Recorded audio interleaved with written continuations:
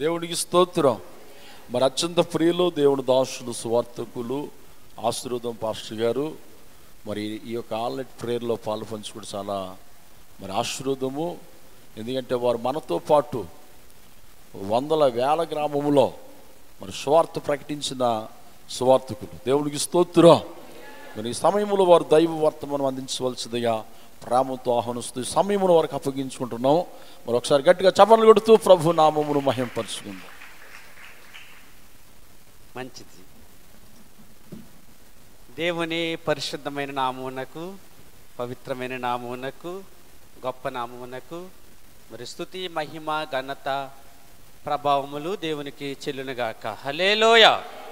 మరి ఇక్కడికి మమ్మల్ని ప్రేమతో ఆహ్వానించిన దైవజనులు, అభిషేక్తులు, మా ఆత్మీయులు, మరి నేను సేవలో రావడానికి ఒక ముఖ్య కారకులు మరి దైవజనులైనటువంటి డేవిడ్ పాలయ్య గారికి, అలాగే వారి యొక్క బ్రదర్ గారికి ప్రభు పేరట ప్రత్యేక వందనాలు. అలాగే నేటి వర్తమానకులుగా పిలువబడిన మరి దైవజనులు డేవిడ్ అయ్య గారికి కూడా ప్రత్యేక వందనాలు. ఇక్కడ ఉన్న సేవకులందరికీ కూడా ప్రత్యేక వందనాలు. మరి ముఖ్యంగా మా మాటలు వింటున్న మీకు అందరికీ ప్రభు పేరట వందనాలు.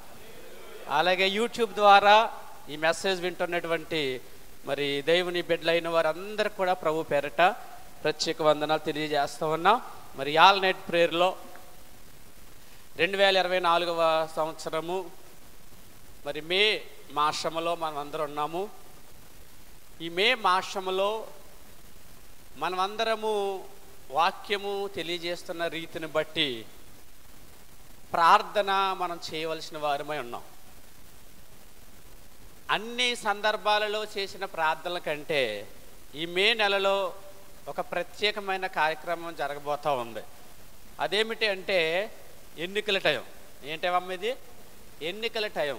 ఆల్నైట్ ప్రేయర్లో మంచి ప్రభుత్వాలు రావాలని కూడా మనం ఏం చేయాలి? ప్రార్థన చేయాలి. సుఖముగాను మరి సౌఖ్యముగాను బ్రతుకును ఉద్దేశించిన నిమిత్తమే రాజుల కొరకు, అధికారుల కొరకు, ముఖ్యంగా మనుషులందరి కొరకు ఏం చేయాలి? మనము ప్రార్థన చేయాలి. కాబట్టి మనం ప్రార్థన చేద్దాం. నేను కొద్ది సమయము కొన్ని మాటలు ప్రార్థన ఆసక్తి గురించి కొన్ని మాటలు చెప్పబోతా ఉన్నాను. అందరూ హృదయపూర్వకంగా ఈ మాటలు మీరు నేర్చుకోవాలని ప్రేమతో మీకు తెలియజేస్తూ ఉన్నాం. ఒక మాట అన్నా మన హృదయాన్ని తట్టాల. ఇక్కడ మనం ప్రార్థనకు వచ్చాము కనుక నిండు మనసుతో మనం వెళ్ళాలి. ఒట్టి కొండలుగా వచ్చిన మనము ఎలా వెళ్ళాలండి? నిండు కొండలుగా వెళ్ళాలి. సో అంటే దేవుని మందిరానికి ఎందుకు వస్తారు అంటే బాధలతో, కష్టాలతో, వ్యాధులతో మన హృదయం నిండిపో ఉంటాం. ఏదో ఒక మాట, జీవము కలిగిన మాట మనల్ని ఏం చేస్తుందంటే ఆ తృప్తినిస్తుంది అన్నమాట. బాధల నుండి సగం బాధ మనల్ని తీసివేస్తుంది అన్నమాట. చూడండి, డాక్టర్ గారి దగ్గరికి వెళ్తాం, నీ బాధ ఎప్పటికీ తగ్గదండి అన్నాడు అనుకోండి డాక్టర్ గారు, బాధ ఎక్కువైపోద్దా తక్కువైపోద్దమ్మా? ఎక్కువైపోద్ది. అదే ఏం పర్లేదండి, ధైర్యంగా ఉండండి, మందులు వాడండి అన్నారు అనుకోండి, తగ్గుతుంది అన్నమాట. కాబట్టి ఈ వాక్యం కూడా మనలను మరి ఈ వాక్యమే నన్ను నడిపిస్తూ ఉంది, బాధల్లో నుండి నాకు నెమ్మదిని కలిగజేస్తుందని వాక్యం తెలియజేస్తుంది. కాబట్టి వాక్యం చదువుదాం ఒకసారి. రోమాపత్రిక అపోస్తలుడైన పౌలు గారు రాసినటువంటి రోమాపత్రిక 12వ అధ్యాయము 11, 12 వచనాలు ఒకసారి జ్ఞాపకం చేసుకుందాం. చదవండి అమ్మ.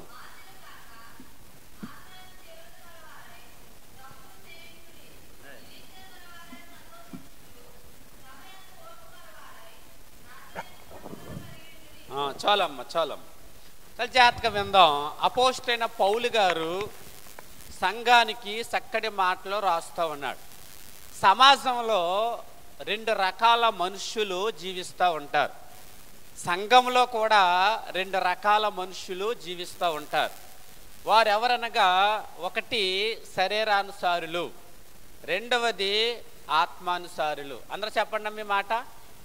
శరీరానుసారులు, ఆత్మానుసారులు. అయితే శరీరానుసారులు ఏం చేస్తారంటే ఎప్పుడు కూడా శరీర సంబంధమైన విషయాల్లో ఆసక్తిని చూపిస్తూ ఉంటారు. ఈరోజు ఏమి సంపాదించాము, ఈరోజు ఏం చేశాము అన్న ఆలోచనతో వారు ఉంటారు.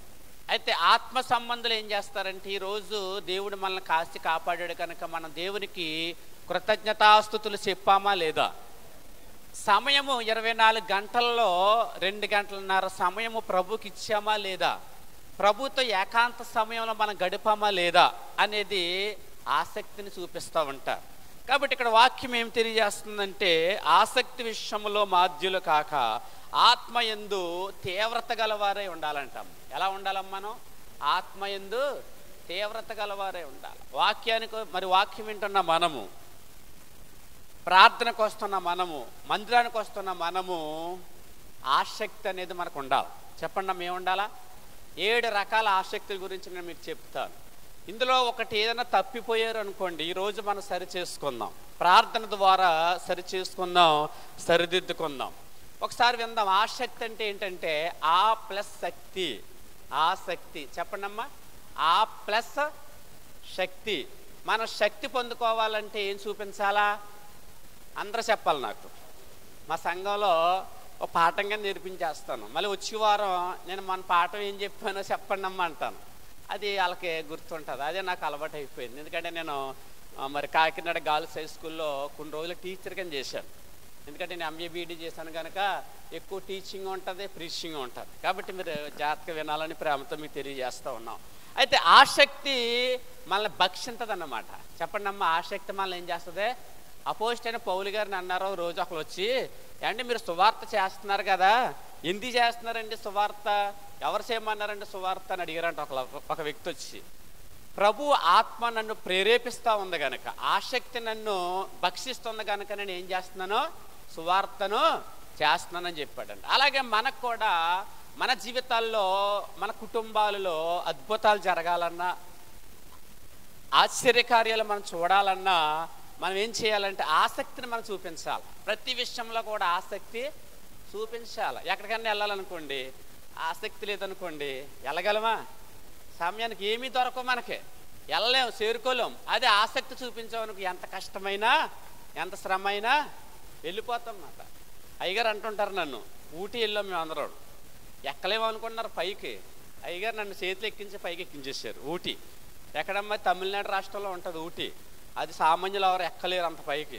కానీ అయ్యగారు నన్ను ఏం చేశారంటే, నీకు ఆసక్తి ఉంది, నువ్వు ఎక్కగలవని చెప్పి అంత పైకి ఎక్కించారు. దేవుని స్తోత్రం, హల్లెలూయా. ఎందుకు చెప్తున్నామంటే వెళ్ళి చూసి వచ్చాం కాబట్టి, ఆసక్తి ఉంది కాబట్టి ఊటీ దాకా మేము వెళ్ళగలిగాము. కాబట్టి ఈరోజు 7 రకాల ఆసక్తుల గురించి మీకు నేను తెలియజేస్తాను. ఆసక్తి యందు మనం తీవ్రత కలిగి ఉంటే దేవుడు మనల్ని ఇంకా ఇంకా ఇంకా అభివృద్ధి పరుస్తాడు. యేసుప్రభు శిష్యులు కూడా యేసుప్రభుని ఏం అడిగారు అంటే, ప్రభువా మాకు విశ్వాసాన్ని వృద్ధి పొందించుము అని అడిగారు. వాళ్ళకి ఆసక్తి ఉంది కనుక, వాళ్ళకి వినాలని, దేవుని మాటలు వినాలని ఆసక్తి ఉంది కనుక వాళ్ళు ఒకటే ఒక మాట అడిగారు, మాకు మేళ్ళ కావాలా, మిద్దెలు కావాలా, డాబాలు కావాలా, కార్లు కావాలా.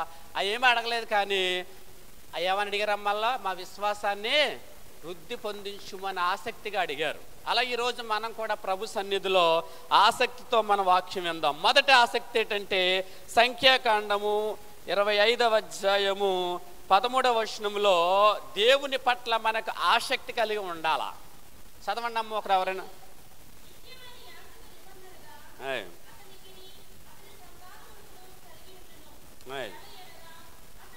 తన దేవుని విషయమందు ఆసక్తి గలవాడై ఇశ్రాయేలీయుల నిమిత్తము ప్రాయశ్చిత్తము చేసెను. చాలమ్మ.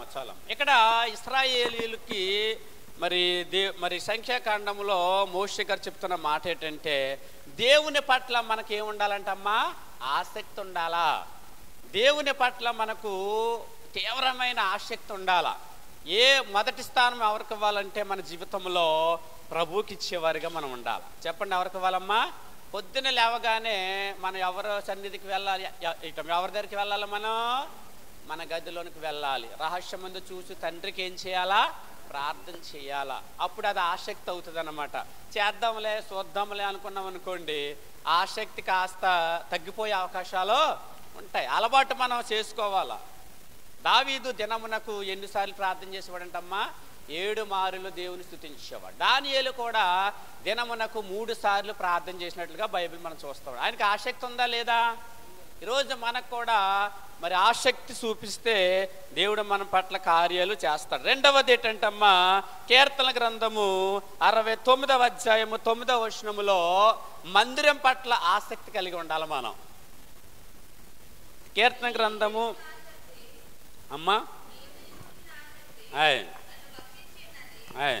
నిన్ను నిందించిన వారి నిందలు నా మీద పడి ఉన్నవి. చాలమ్మా చాలమ్మా.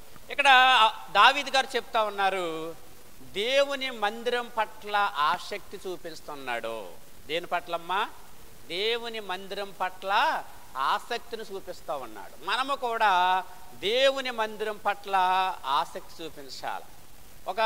ఒక చోట ఉంటుంది, మందిరమునకు ఎప్పుడు వెళ్ళేదామా? దావీదు ఏమంటున్నాడమ్మా? నేను మందిరమునకు ఎప్పుడు వెళ్ళేదనా, ఎప్పుడు ప్రార్థన చేసేద్దామా, ఎప్పుడు ఆదివారం వస్తుందా అని ఆసక్తి చూపిస్తున్నాడు అంటండి దావీదు యొక్క భక్తుడు. మన జీవితాల్లో కూడా మనము కూడా దేని మీద ఆసక్తి చూపించాలంటే మందిరం మీద ఆసక్తి చూపించాలి. చూడండి, ఒకవేళ ఆదివారం నాడు మన మందిరానికి రాకుండా, మందిరంలో అడుగు పెట్టకుండా పనికి వెళ్ళిపోయావు అనుకోండి, ఒకవేళ అక్కడ ఎవరైనా ఇదేంటి ఈరోజు ఆదివారం కదా, నువ్వు ఈ సమయంలో నువ్వు ఎక్కడ ఉండాలా? మందిరంలో ఉండాలి కదా, ఎక్కడెందుకు ఉన్నావు అని అడిగారు అనుకోండి, అప్పుడు నీకు ఆనందంగా ఉంటుందా, బాధగా ఉంటుందా? అందరూ చెప్పాలా? బాధగా ఉంటుంది. ఎందుకంటే అయ్యో నన్ను రక్షించిన నా దేవుని మందిరంలో నేను గడపవలసింది పోయి ఈ యొక్క పనిలో నేను ఉండిపోయాను అనే బాధ మనకు ఉంటుంది. అంటే ఇక్కడ దావీదు ఏం చెప్తున్నాడంటే మందిరం పట్ల ఆసక్తి కలిగి ఉండాలని వాక్యం తెలియజేస్తుంది. మందిరంలో మనం ప్రార్థన చేయాలి. మనల్ని వారం అంతా కాపాడిన దేవాది దేవునికి కృతజ్ఞతాస్తుతులు ఏం చేయాలా? మనం చెల్లించాలా, ఆరాధన చేసేవారుగా మనం ఉండాలని వాక్యం మనకు తెలియజేస్తుంది. అలాగే అపోస్తుల కార్యము 17వ అధ్యాయం 11వ వచనంలో కూడా ఒక చక్కటి ఆసక్తిని గురించి మరి పౌలు గారు తెలియజేస్తూ ఉన్నారు. చూడండి అమ్మ, అపోస్తుల కార్యము కనుక ఆసక్తితో వాక్యమును అంగీకరించి పౌలును శీలయును చెప్పిన సంగతులు అలాగున్నవో లేవో అని ప్రతిదినమును లేఖనమును పరిశోధించు వచ్చిరి. చాలమ్మా చాలు. ఇక్కడ అపోస్తుల పౌలు గారు బేరయ అనే ఒక సంఘం దగ్గరికి వెళ్ళారండి. వెళితే అక్కడ ఉన్నటువంటి విశ్వాసులు వాక్యం పట్ల ఆసక్తి కలిగి ఉన్నారంటమ్మా. ఏం పట్లమ్మా? డబ్బు పట్ల ఆసక్తి కాదు, లేకపోతే ఏదో కోరికల పట్ల ఆసక్తి కాదు, లేదా ధనాన్ని బట్టి కోరిక కాదు. వీరు అందరూ కూడా వాక్యము పట్ల ఆసక్తి కలిగి ఉన్నారు. ఎందుకు ఆసక్తి కలిగి ఉన్నారంటే వాక్యము ఎంత నమ్మకమైనది, ఎంత అద్భుతమైనది, మనుషుల జీవితాలను మార్చేది. కత్తితో పొడిచిన మరి మనుషులు మారగానే ఒక వాక్యం ద్వారా మనుషులు ఏమవుతున్నారమ్మా? మారుతా ఉన్నారు. చూడండి, గాంధీ గారు అంట అహింసా సిద్ధాంతాన్ని ప్రవేశపెట్టాడు, ఉప్పు సత్యాగ్రహం చేశాడని చరిత్ర మనం చెప్తా ఉంది. ఇవన్నీ ఆయన ఎక్కడ నేర్చుకున్నారు అంటే వాక్యం ద్వారా నేర్చుకుని కత్తుల ద్వారా మనం ఏం సాధించలేము, లేకపోతే యుద్ధాల ద్వారా మనం ఏమీ సాధించలేము, అహింసా సిద్ధాంతాన్ని పాటిద్దామని వాక్యం ఆధారంగా ఆయన చేశాడు.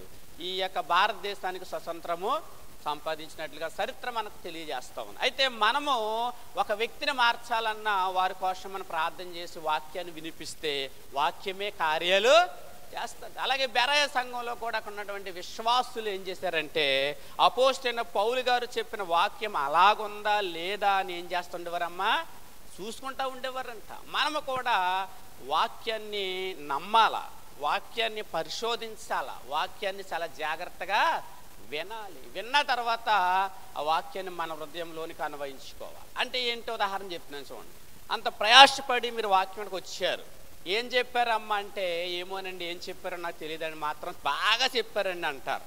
పరిశోధించారా వాక్యాన్ని? ఏమన్నా ఏం చెప్పారంటే మన హృదయంలోకి ఏమన్నా వెళ్ళిందా అనేది మనం ఆలోచించుకోవాలి. ఆ మాట ఎప్పుడు జ్ఞాపకం వస్తుందంటే మన కష్ట సమయాల్లో, మన బాధ సమయాల్లో పలానా వాక్యం పలానా దైవజనుడు చెప్పాడు కదా అని మనం గుర్తు చేసుకుంటే దేవుడు నీ జీవితానికి ప్రత్యక్షం అవుతాడు. ఎందుకంటే వాక్యం తెలియజేస్తూ ఉంది.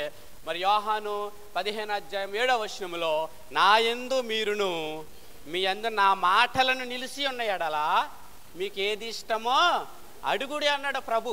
కాబట్టి మనము వాక్యాన్ని హృదయంలో పెట్టుకోవాలి. కొంతమంది ఎప్పుడో మర్చిపోయిన విషయాలన్నీ హృదయంలో పెట్టుకుంటారు. యేసు ప్రభు వాక్యానికి హృదయంలో ఖాళీ ఉండదన్నమాట. అందుకే కార్యాలు మనం చూడలేకపోతున్నాం. ప్రతిదానికి కూడా వాక్యమే ఆధారంగా చేసుకుని మన ప్రార్థనలో కూడా జ్ఞాపకం చేసుకోవాలి. జ్ఞానం కావాలి అనుకోండి, ఎవరు జ్ఞాపకం చేసుకోవాలా? సొలొమోనునే జ్ఞాపకం చేసుకోవాలా. సొలొమోను గొప్ప జ్ఞానం ఇచ్చాడు దేవుడు. అలాగనే మరి తగ్గింపు కలిగిన జీవితం కావాలి అంటే సుంకరి పరిసేయులు ఇద్దరు ఎవరమ్మా తగ్గింపు కలిగిన వాళ్ళు? సుంకరి తగ్గింపు కలిగిన వాళ్ళు. అలాగే బైబిల్లో ప్రవక్తలో భక్తులైన వారిని అందరిని ఒక్కోసారి మనం ఏం చేసుకోవాలంటే జ్ఞాపకం చేసుకుంటూ వారికి మనం అలా ఉండాలా, అలా ఆ విధమైన లక్షణాలు మనకు కలిగి ఉండాలని ప్రార్థన చేసుకోవాలి. అందుకే వాక్యం పట్ల ఆసక్తి కలిగి ఉండాలని వాక్యం మనకు తెలియజేస్తూ ఉంది. అలాగే యాకోబు పత్రిక 5:17 కూడా చదవండి అమ్మా. యాకోబు పత్రిక 5:17.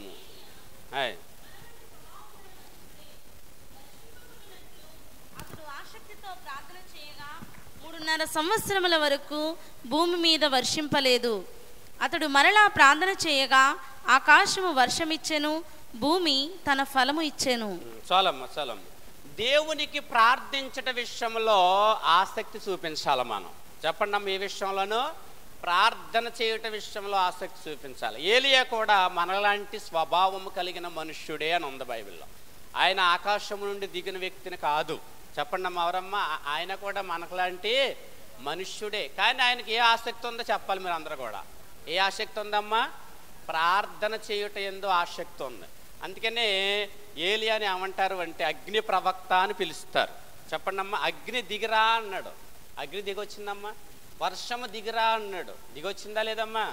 అతను మనలాంటి స్వభావం కలిగి, కానీ అతనికి ఏముందంటే ఆసక్తి ఎక్కువగా ఉంది. ప్రార్థన ఎందు తీవ్రత గలవాడే ఉన్నాడు. మన జీవితాల్లో కూడా మరి ప్రార్థించుటలో ఆసక్తి చూపించేవారిగా ఉండాలి. మరి ఇంకొక విషయం నేను తెలియజేస్తాను, తొందరగా నా సందేశాన్ని ముగిస్తూ ఉన్నాను.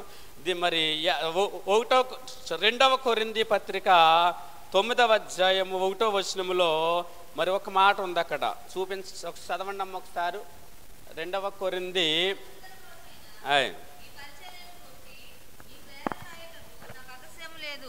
మీ మనస్సు సిద్ధమై ఉన్నదని నేను ఎరుగుదును, అందువలన సంవత్సరముల నుండి అకయ సిద్ధపడి ఉన్నదని చెప్పి నేను మిమ్మును గూర్చి మాసిదోనియా వారి ఎదుట అతిశయపడుచున్నాను.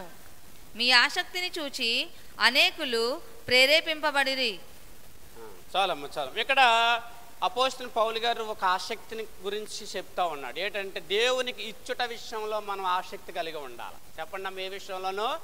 దేవునికి మనం ఇచ్చుట విషయంలో ఆసక్తి కలిగి ఉండాలి. ఏమి ఇవ్వాలి అంటే మనము మొదటిగా దేవునికి మన హృదయాన్ని ఇవ్వాలి. తర్వాత మనం వర్ధిల్లిన కొలది ఇవ్వాలి. తర్వాత మనం ఆశీర్వదించిన కొలది ఇవ్వాలి. తర్వాత మనము దేవునికి సమర్పణ కలిగి మొక్కుబళ్ళన్నీ కూడా ఎవరికి ఇవ్వాలమ్మా? దేవునికి చెల్లించే వారిగా మనం ఉండాలని వాక్యం తెలియదు. ఈ విషయాల్లో కూడా మనం ఎలా ఉండాలంటే ఆసక్తిని చూపించే విధంగా ఉండాలి. కొంతమంది ఆసక్తిని చూపించలేకపోతారు విషయంలో. అందువల్ల ఆశీర్వాదం అనేది వస్తుంది, కానీ అది మన దగ్గర రాకుండా ఏమైపోతుందమ్మా? ఆగిపోతూ ఉంది. ఇచ్చుట విషయంలో కూడా ఆసక్తి చూపించాలని వాక్యం మనకు తెలియజేస్తాం. ఇంకా 2 విషయాలు ఉన్నాయి చూడండి. 1 కొరింథీ 15:58 కూడా పరిచర్య విషయంలో కూడా సహకరించాలా. చదవండి అమ్మా. ప్రభువునందు వ్యర్థము కాదని ఎరిగి స్థిరులను కదలని వారును ప్రభువు కార్యాభివృద్ధి అందు ఎప్పటికిని ఆసక్తులనై ఉండుడి. చాలమ్మ. మనం ఎప్పుడైతే దేవుని విషయంలో జాగ్రత్త కలిగి ఉంటామో, ఆసక్తి కలిగి ఉంటామో, మీ ప్రయాస క్రీస్తునందు వ్యర్థము కాదు అని చెప్పాలి. అందరూ చెప్పండి, మీ ప్రయాస క్రీస్తునందు వ్యర్థము కాదు. మనం ఎంతో ప్రయాసపడతాం ఈ లోకంలో. మరి భూదానాలని, లేకపోతే రక్తదానాలని, మరి రకరకాల దానాలు చేస్తారు. ఇక్కడ బైబిల్లో అందుకనే ఒక మాట రాయించాడు అపోస్తలుడైన పౌలు గారు. మీ ప్రయాస వ్యర్థము కాదు అనలేదు అక్కడ, మీ ప్రయాస క్రీస్తునందు. ఈ మాట మనం ఎత్తి దాన్ని పాయింట్ చేయాలన్నమాట. మీ ప్రయాస క్రీస్తునందు వ్యర్థము కాదు అని. మరి దావీదు గారు, సొలొమోను మహారాజు ఏం చెప్తున్నాడంటే, భూమి మీద, సూర్యుని కింద భూమి మీద ప్రతీది కూడా వ్యర్థం అని చెప్తా ఉన్నాడు. అపోస్తలుడైన పౌలు గారు మీ ప్రయాస వ్యర్థము కాదు అని చెప్తున్నాడు. ఏంటి రెండు డిఫరెంట్ అంటే, ఈయన క్రీస్తునందు వ్యర్థం కాదని చెప్తా ఉన్నాడు. దేవుని స్తోత్రం చెప్దాం అందరూ. అందుకనే ఆసక్తి చూపిస్తే ఎప్పుడు కూడా వ్యర్థము కాదు అనే విషయాన్ని మీరు అందరూ గ్రహించాలి. ఈ సత్యాన్ని మీరు నమ్మాలి, విశ్వసించాలా. ప్రభు నేను ఎంత చేస్తున్నాను కదా, సువార్తకి రమ్మంటే సువార్తకి వెళ్తున్నాను, కానుకలు ఇస్తున్నాను, ఎక్కడ ప్రార్థనలు పెట్టినా అక్కడికి వెళ్తున్నాను, మా కుటుంబంలో మేలులు జరగట్లేదు. చెప్పండి, మా జీవితంలో మేలులు జరగట్లేదు ఏంటి అనుకుంటారు. కానీ దేవుడు ఇంకో చోట ఏంటంటే, దేవుడు తన బలిష్టమైన చేతి కింద ఎప్పుడు తగిన సమయమందు మిమ్మల్ని హెచ్చించినట్లు, చెప్పండి అమ్మా, తగిన సమయమందు మిమ్మల్ని హెచ్చించినట్లు తన బలిష్టమైన చేతి కింద ఎప్పుడు హెచ్చిస్తాడు ఆయన? తగిన సమయంలో. అందుకనే క్రీస్తునందు మీ ప్రయాస వ్యర్థము కాదు. ఆసక్తి ఎప్పుడు కూడా వ్యర్థం కాదండి. ఆసక్తి ఎప్పుడు కూడా మిమ్మల్ని ఏం చేస్తుందంటే ముందు స్థానంలో నడిపిస్తాడు. చెప్పండి అమ్మ, ఏం చేస్తుంది? ముందు స్థానంలో. ఉదాహరణ చెప్తున్నాను చూడండి. నేను డిఎస్సి 2 సార్లు రాశాను, గ్రూప్ 1 గ్రూప్ 2 రాశాను. ఇంకా జాబ్ కొడేస్తాను, గ్రూప్ 2 జాబ్ ఎంఆర్ఓ జాబ్ కొడేద్దాం అనేసి రాత్రి పగలు ఆసక్తి చూపించేసి చదివేసుకోనండి. ఆసక్తి ఎంత ఆసక్తి అంటే భోజనం కూడా తినువని కాదండి. ఇంకా ఇంతలో ఆవంటే పట్టుకుండువని, అన్నం కూడా తినువని కదా, ఇంకా అలా ఇంద్రపాలెం రూమ్లో తీసుకుని అక్కడ ఉండువని. ఎందుకంటే ఆసక్తి, ఎలాగైనా జాబ్ కొట్టేయాల, ఎంఆర్ఓ ఎండిఓ ఏదో జాబ్ కొట్టేయాల అన్న ఆసక్తితో చదివాను. కానీ దేవుడు, నీ ఆసక్తి అది కాదు బాబు, ఈ ఆసక్తి ఏంటి? దేవుని సేవ ఈ ఆసక్తి అని ప్రభువు నన్ను అవన్నీ విడిచిపెట్టి దేవుని సేవలో పెట్టాడు. ఈ రోజున ఎంత వానొచ్చినా, ఎంత ఎండలు కాసినా కానీ సువార్త అంటే ఆసక్తి చూపిస్తున్నానా లేదమ్మా? చూపిస్తున్నాను. నాకు నేనుగా చాలా చోట్లకి వెళ్తున్నా. అయ్యగారు నన్ను చాలా చోట్లకి తిప్పారు. నిజంగా సువార్త ద్వారానే సువార్థికుడిగా నేను మాది. ఎందుకంటే ఆసక్తి అనేది మనకుంటే దేవుడు గొప్ప కార్యాలు చేస్తాడు. నమ్మిన వారు దేవుని స్తోత్రం చెప్పండి. హల్లెలూయా. ఆసక్తి ఎప్పుడు కూడా మనల్ని సిగ్గుపరచదు. ఇప్పుడు ఈ రోజు నేను చదువుకోలేదు అనుకోండి, చాలామంది ఏమంటారంటే ఇది చదువు లేదు కాబట్టి, జాబ్ రాలేదు కాబట్టి బైబిల్ అట్టుకుని ఏం చేస్తున్నాడా? చాలామంది నన్ను అడిగారండి మా ఊర్లో, ఈ 10వ తరగతితో ఫెయిల్ అయిపోయాడు, అందుకనే బైబిల్ అట్టుకుని వెళ్ళిపోతున్నాడు, దీనివల్ల ఏమొస్తుంది ఆశీర్వాదానికి అని చాలామంది నన్ను అడిగిన సందర్భాలు ఉన్నాయి. తర్వాత వాళ్ళు కూర్చోబెట్టి కొన్ని మాటలు నేను చెప్పడం జరిగింది. బాబు, నేను చదివింది ఎంఏ బిఈడి, నాకు జాబ్ వచ్చే అవకాశాలు ఉన్నాయి, దేవుడు పిలుపు, దేవుని దర్శనము, దేవుని ప్రణాళిక, దేవుని యొక్క దర్శనం నా మీద ఉంది కనుక అవన్నీ విడిచిపెట్టి దేవుని సేవ చేస్తున్నాను. అందుకని ఆ రోజు ఎందుకు ఆసక్తి దేవుడు చూపించాడు అంటే మనల్ని సిగ్గుపరచడు దేవుడు. చెప్పండి అమ్మా, దేవుడు మనల్ని సిగ్గుపరచడు. ఎప్పుడు కూడా ఆసక్తి ఎప్పుడు కూడా మనల్ని ముందు స్థాయిలో నడిపిస్తుంది. దేవుని స్తోత్రం. హల్లెలూయా. చివరి మాట నేను చెప్పి ముగిస్తున్నాను. ప్రకటన గ్రంథము మరి చదవండి, 3వ అధ్యాయం 19వ వచనం చదవండి అమ్మా.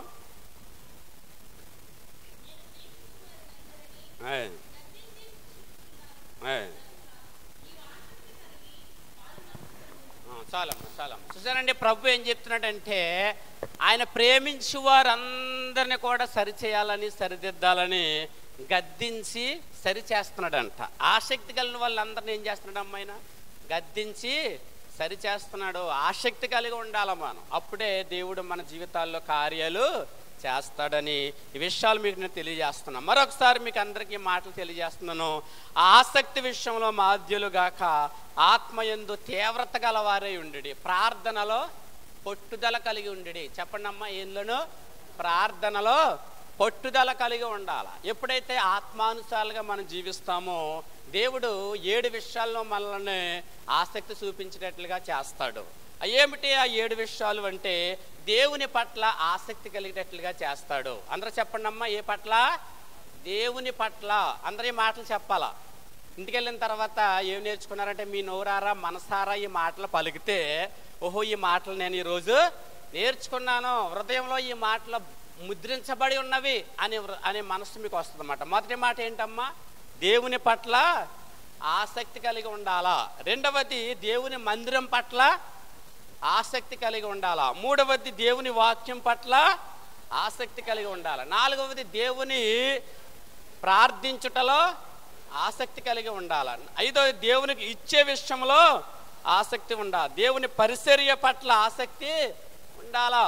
తర్వాత సరిచేసుకున్నట విషయాల్లో చెప్పండి అమ్మ, సరి చేసుకోవాలి. దైవజనుడు ఇక్కడ నిలబడి వాక్యం బోధిస్తున్నప్పుడు నా కోసమే చెప్పారు, ఈ రోజంతా నా కోసమే, నా గురించి పాస్టర్ గారు తెలుసుకున్నారు, అందుకే నా కోసమే చెప్పారు అనే మనస్సుని ఈలో నుంచి తీసివేసి దేవుడి రోజు నన్ను సరి చేసుకోవడానికి, నన్ను సరిదిద్దడానికి, సరైన మార్గంలో ప్రభువు నన్ను నడిపించడానికి నాతో మాట్లాడాడు అని మనం ఏం చేయాలమ్మా? సరి చేసుకోవాలి. అప్పుడే మనం సరి చేయబడతాం, అప్పుడే మన తప్పులన్నీ కూడా దిద్దుకుంటాము. బైబిల్ గ్రంథంలో ఒకరు ఒప్పుకున్నారు, ఒక కప్పుకున్నారు. బైబిల్లో ఎవరమ్మల్లో మన వారం ఇదే చెప్పాను, సంఘంలో కూడా బైబిల్ గ్రంథంలో 2 కప్పుకున్నారంట పాపాన్ని, ఒకళ్ళేమో ఒప్పుకున్నారంట. ఎవరంటే మరి దావీదు మహారాజు పాపం చేసిన తర్వాత ఒక ప్రవక్త వెళ్ళి, నాతాన్ అనే ప్రవక్త వెళ్ళి అక్కడ చెప్పాడు. చెప్పిన వెంటనే ఆ రాజు నువ్వే అని చెప్పాడు. చెప్పండి ఏమన్నాడమ్మా? ఆ రాజు నువ్వే అని చెప్పగానే వెంటనే అతను ఒప్పుకున్నాడు, కప్పుకున్నాడమ్మా? ఒప్పుకున్నాడు, కనికరించబడ్డాడు. తర్వాత ఆకాను అనే ఒకడు ఉన్నాడు, అతను బంగారం తీసుకుని దాచుకున్నాడంట. తర్వాత ఇంకొక వ్యక్తి ఉన్నాడు, ఎలీషా దగ్గర ఉంటాడు, గెహజీ. ఎవరమ్మా అతను? అతను ఒప్పుకున్నాడా కప్పుకున్నాడా? కప్పుకున్నాడు. నయమానికి వచ్చిన కుష్టి రోగము అతనికి వచ్చింది. మనం ఈరోజు కూడా ఆసక్తి కలిగి ప్రతి విషయంలో కూడా ఒప్పుకుందాం. ప్రభువా ఈ రాత్రి వాక్యం ద్వారా మాతో మాట్లాడు. నేను ఒకవేళ ఆసక్తి చూపించలేకపోతే నన్ను ఇంకా ఆసక్తిలో నన్ను పెట్టు ప్రభువా. శిష్యులకు నేర్పించిన పాఠము నాకును నేర్పించు ప్రభువా. ఆత్మయందు తీవ్రత కలిగి ఉండడానికి నన్ను కూడా విశ్వాస వృద్ధిలోనికి నన్ను నడిపించు ప్రభువా అని మనం ప్రార్థన చేసేవారిగా ఉందాం. దేవుడి మాటలను దీవించి ఆశీర్వదించిన గాక. ఆమేన్. చిన్న ప్రార్థన. ప్రేమ నమ్మకము కలిగిన మా ప్రియ పరలోకపు తండ్రి, నీకు వందన. ఈ రాత్రి నీ బిడ్డలతో నువ్వు మాట్లాడావు ప్రభువా. బిడ్డలందరినీ బలపరచండి, ఆసక్తి కలిగి ప్రభువా వాక్యం విని ఆశీర్వాదాలు పొందుకోవడానికి సహాయం దయచేయమని, సంఘంలో ప్రతి ఒక్కరిని మీరు దీవించి ఆశీర్వదించమని యేసు నామమున అడుగుతున్నాను పరమ తండ్రి. ఆమేన్. అందరికీ వందనాలండి.